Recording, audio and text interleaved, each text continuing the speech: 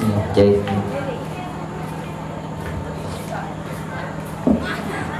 dipersilakan. Mujibatul ghusli sittatun. Assalamualaikum warahmatullahi wabarakatuh. Lu akan wasil alaihil hudur ila jaribin wasah. Akhuna amat wasil yubja huduruhu ila jalan bil minasah.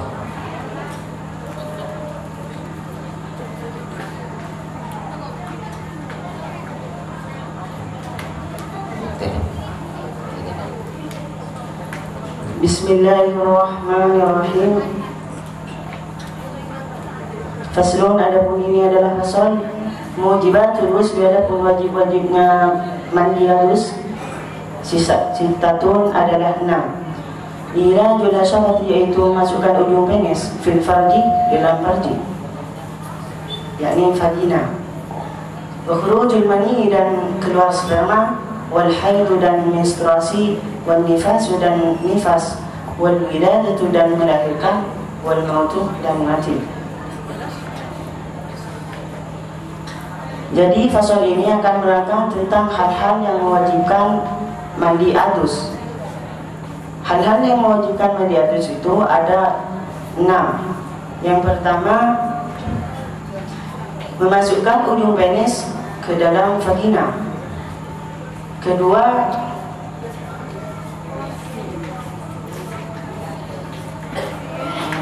keluar sperma. 3, menstruasi. 4, nifas. 5, melahirkan. 6, mati selain mati syahid. Lanjut. Faslun, adapun ini adalah fasal. Furudul ghusli, adapun fardu-fardunya adus, isnani, adalah 2. An-niyatu, yaitu berniat. Wa ta'mimul badani, dan meratakan sekujur tubuh. Bil ma'i, dengan air. Fasal ini akan menerangkan tentang hal-hal yang tentang fardu-fardunya adus. Fardu-fardunya adus itu ada 2. Yang pertama, berniat. Yang kedua meratakan sekujur tubuh dengan air.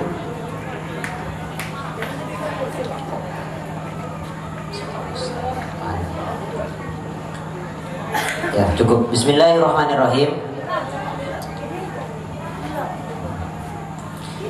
Sebagaimana yang telah dipresentasikan tadi, bahwa termasuk dari perkara yang dapat mewajibkan mandi adalah masuknya ujung penis ke dalam farji.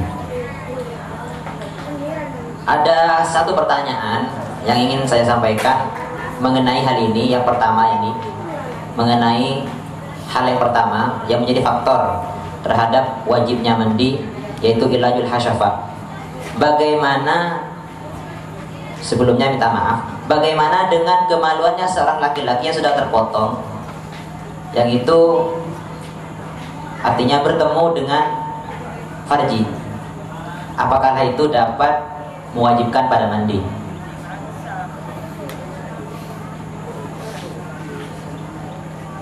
Sebelumnya minta maaf, misalkan kemaluannya seorang laki-laki terpotong, memang aneh pertanyaannya, terus bertemu dengan kemaluannya seorang perempuan, apakah hal tersebut dapat mewajibkan pada mandi? Maksudnya tidak ada kebalan? Bukan. Antara kemaluan itu terpotong dengan orangnya, maksudnya seperti itu. Misalkan sudah mati, ya maaf. Terus kemaluan tadi itu yang sudah terpotong dengan orangnya tadi itu bertemu dengan farji, apakah hal ini dapat mewajibkan pada mandi? Bisa dipahami?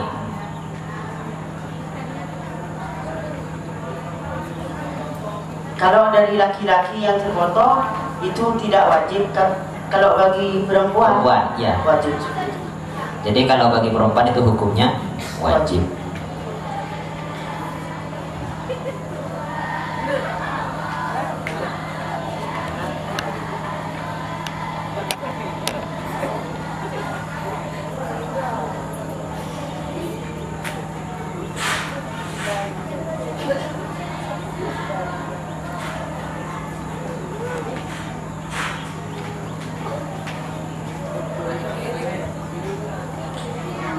Bismillahirrahmanirrahim. Mengenai pertanyaan yang kedua, yaitu tentang khurujul mani, bahwa orang yang keluar sperma itu hukumnya wajib mandi besar. Pertanyaannya sekarang adalah,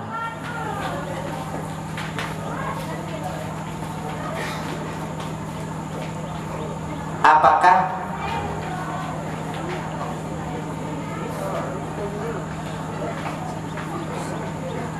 ada orang yang bermimpi keluar sperma,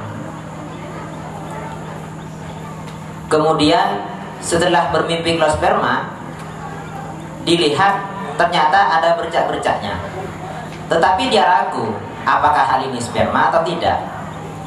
Hal itu apakah dapat membatalkan terhadap, apakah mewajibkan terhadap mandi ketika dia itu misalkan bermimpi keluar sperma, setelah bangun ternyata betul ada bercak-bercaknya, tapi dia masih ragu apakah yang ada di sarungnya tadi itu apakah sperma atau tidak.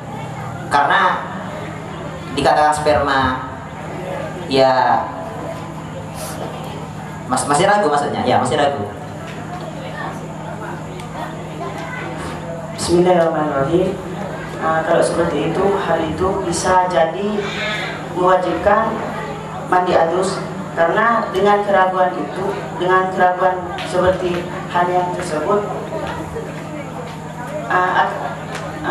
memungkinkan mandi seperti itu. Memungkinkan. Yang kedua memang sperma. Jadi yang lebih kuat itu adalah spermanya. Dengan keraguan tersebut. Dengan keraguan. Ya, terima kasih. Assalamualaikum warahmatullahi wabarakatuh.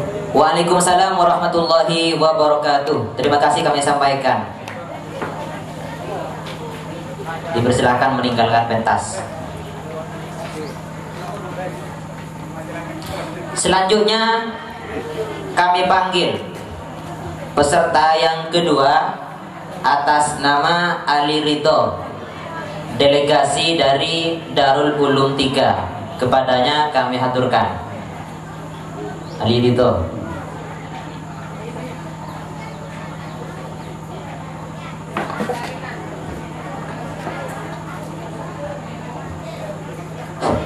Assalamualaikum warahmatullahi wabarakatuh. Waalaikumsalam warahmatullahi wabarakatuh. Akhuna Ali Ridho menepati pada Sohah 16 dalam redaksi Faslun Alamatul Bulughi Salasun. Bismillahirrahmanirrahim. Bismillahirrahmanirrahim. Ar-Rahimi yang maha penyayang, Ar-Rahman yang maha pengasih, Ar-Rahim yang maha penyayang. Faslun, adapun ini adalah satu fasal Alamatul Bulughi, adapun tanda-tandanya orang balik. Salasun adalah 3. Tamam asyarata adalah yaitu sempurnanya 15 sanatan dari segi tahunnya. Fidzakari yang terjadi dalam seorang laki-laki, wal untha dan seorang perempuan.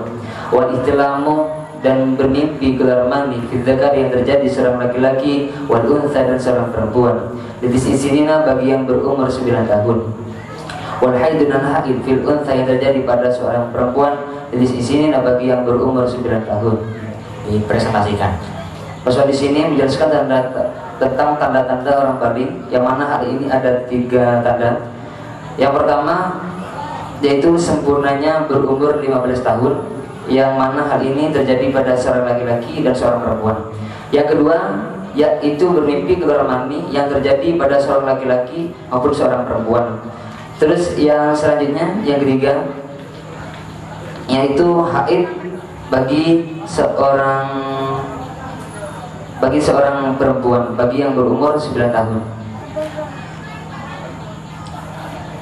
Lanjut. Faslun, adapun ini adalah fasal syurutu izail hajari, adapun syarat-syarat beristinja memakai batu. Samaniyatun adalah 8. Ayakuna yaitu harus ada apa izaul hajar bisalati hajarin dengan 3 batu. Wa yuqiyah dan harus membersihkan sabaman al-hala pada tempatnya najis. Wa lajifa dan dia harus tidak kering an-najsu apa najis. wala yantakilan dan harus tidak berpindah apa najis, wala yatar'ah dan harus tidak datang alaihi atas najis ahur apa najis yang lain, wala yujawizan dan harus tidak melampaui apa najis sofatahu pada sebelah tubuh nyaman, wasyafatahu dan ujung penis nyaman, wala yusibahu wala yusibah harus tidak mengenahu pada najis maud apa air, wa antakuna dan harus ada al-ahjaru apa beberapa batu tahiratan adalah suci. Soal di sini menjelaskan tentang syarat-syarat beristinja memakai batu, yang mana hal ini ada 8 syarat. Yang pertama yaitu batunya harus terdiri dari 3 batu. Terus yang kedua yaitu orang tersebut harus membersihkan pada tempatnya najis. Yang selanjutnya najisnya harus tidak kering. Terus syarat yang selanjutnya yaitu najisnya harus tidak berpindah tempat atau tidak berpindah tempat pada tempat yang lain. Terus yang selanjutnya, yang nomor selanjutnya harus tidak terkena najis yang lain dan harus tidak melampaui pada sebelah dubur atau ujung penis nyaman. Terus yang sebelum terakhir yaitu najis tersebut harus tidak terkena air, harus tidak basah maksudnya. Terus yang terakhir yaitu batu tersebut harus dalam keadaan suci, harus batu suci.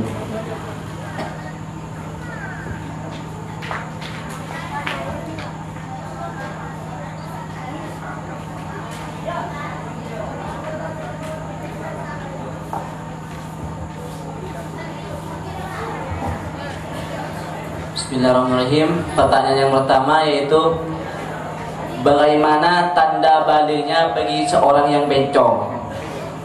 Bagi seorang yang bencong itu tanda baliknya seperti apa? Dan tadi yang disebutkan hanya tandanya bagi laki-laki dan perempuan. Sedangkan bagi orang bencong tanda baliknya itu seperti apa? Bismillahirrahmanirrahim. Di sini telah diupas bahwasanya tanda orang Bali itu ada 3. Yang pertama yang berumurnya 9 tahun yang terjadi pada seorang laki-laki dan seorang perempuan. Terus pertanyaan yang diterangkan oleh Ustaz bahwasanya apa tanda-tanda seorang yang banci, kunsa, apakah termasuk pada hal ini? Bismillahirrahmanirrahim. Kalau menurut saya tanda-tanda orang bencong tersebut harus bisa disamakan dengan seorang laki-laki ataupun seorang perempuan, asalkan dari bentuk tubuhnya. Apabila seorang laki-laki normal seperti contohnya seorang laki-laki bentuknya membanci akan tapi dari asalnya itu memang laki-laki, bentuknya laki-laki akan tapi itu bencong, maka secara otomatis di sini termasuk apabila sudah mencapai 15 tahun. Dan apabila seorang banci tersebut bencong seorang perempuan, maka seorang perempuan tersebut harus melakukan haid dan sebagainya.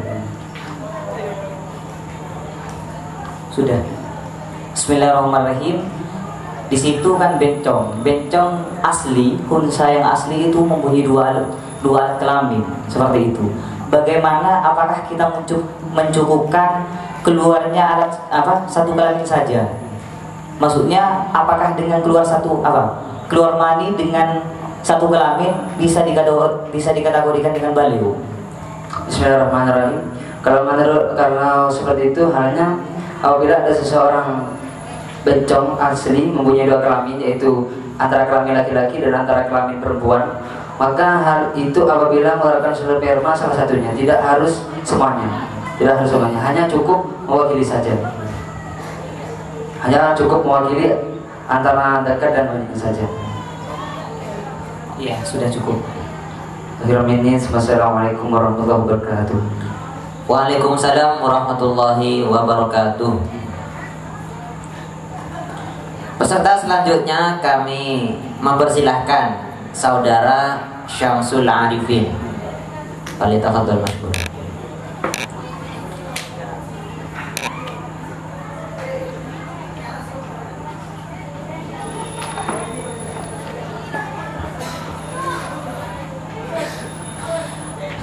Assalamualaikum warahmatullahi wabarakatuh. Waalaikumsalam warahmatullahi wabarakatuh. Falyaqra akhuna sahifah 30. dalam redaksi faslun wa yahrumu bil haidi asyratu asya. Sahifah 30. Faslun, faslun. Oke, faslun.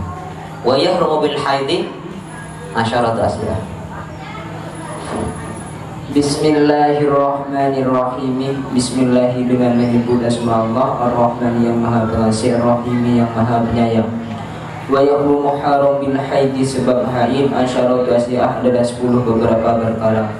As-sholatu yaitu sholat, wa tawafu dan melakukan tawaf, wa masul mushafi dan menyentuh mushaf, wa amduhu dan membawa mushaf, wa lubtu dan diam fil masjid di dalam masjid, wa qiraatul qur'ani dan membaca Al-Quran, wa shomu dan berpuasa, wa tolaku dan telak, wal maruru dan melintas fil masjid di dalam masjid, in khawfat kalau khawatir siapa haid talwithahu pada mengotori masjid, wal istimta'u dan bersenang-senang bima dengan sesuatu baina surrati yang ada di antara besar, wal lubati dan butuh. Ya, dijelaskan. Rasul di sini menjelaskan yang haram bagi orang haid yaitu ada 10. Yang pertama yaitu melakukan sholat, terus selanjutnya yaitu melakukan tawaf, dan yang selanjutnya yaitu menyentuh mushaf, selanjutnya membawa mushaf, dan yang selanjutnya diam di dalam masjid, seterusnya membaca Al-Quran dan berpuasa, terus melakukan tolak, dan selanjutnya yaitu melintas di dalam masjid jika khawatir pada mengotori masjid, dan yang terakhir yaitu bersenang-senang di antara besar dan butuh. Lanjut. Faslun, adapun ini adalah fasol. Asbabut tayamumi, adapun sebab-sebabnya tayamum, thalathatun adalah 3. Faktul ma'i yaitu tidak adanya air, wal maruru dan sakit, wal ihtiyaju dan butuh, ilaihi pada alma, li ansyia hayawanin karena dahaganya hewan, muhtaramin yang terhormat. Ghairu muhtaramin, adapun hewan yang tidak terhormat, sitatun adalah 6. Tariku sholati yaitu orang yang meninggalkan sholat, wazani dan orang yang berzina, al-muhsonu yang muhson, wal murtadu dan orang murtad, wal kafiru dan orang kafir, al-harbi yang harbi, wal kalbu dan anjing, al-aqulu yang galak, wal hinziri dan babi. Hinziri, ya, jelaskan. Fasol di sini menjelaskan sebab-sebabnya tayamum. Yang mana sebab-sebabnya tayamum yaitu ada 3. Yang pertama yaitu tidak adanya air, yang kedua sakit, yang ketiga yaitu karena dahaganya hewan yang terhormat. Adapun hewan yang tidak terhormat yaitu ada 6. Yang pertama yaitu orang yang meninggalkan sholat, dan yang kedua yaitu orang yang berzina muhson, dan yang ketiga yaitu orang murtad, dan yang keempat orang kafir harbi, yang kelima yaitu anjing yang galak, dan yang terakhir yaitu babi.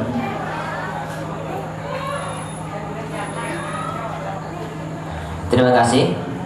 Pertanyaannya, sebagaimana yang telah kita ketahui bahwa kalau orang melakukan haji itu kan wajib tawaf.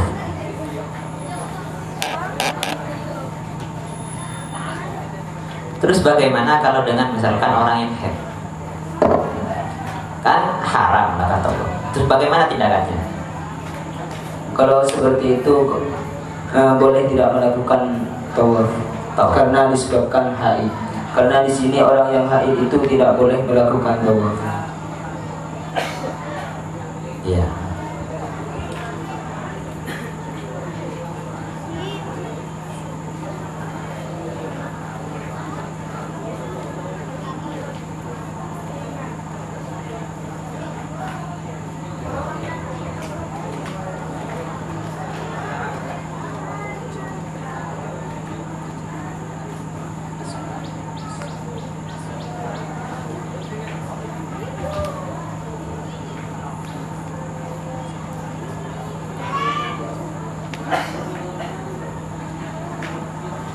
Bismillahirrahmanirrahim. Pertanyaan yang kedua yaitu, tadi jelaskan bahwa sebab-sebab tayamum itu diantaranya tidak ada air. Bagaimana kalau di suatu daerah itu sama sekali gak ada airnya, tapi hanya ada satu sumur milik seseorang, di mana sumur itu kalau mau diambil airnya harus dengan uang. Maksudnya harus harus membeli. Nah, seseorang itu untuk membeli air itu gak mampu. Apakah ini termasuk sebab tayamum atau tidak? Kalau seperti itu, yaitu termasuk pada sebabnya tayamum. Karena orang tersebut yang mau membeli air itu karena tidak mempunyai uang, maka itu termasuk pada uzur. Karena orang tersebut tidak mempunyai uang untuk membeli air, maka orang tersebut yaitu diwajibkan untuk bertayamum. Itu menurut saya. Cukup, terima kasih. Assalamualaikum warahmatullahi wabarakatuh. Waalaikumsalam warahmatullahi wabarakatuh. Terima kasih kami sampaikan.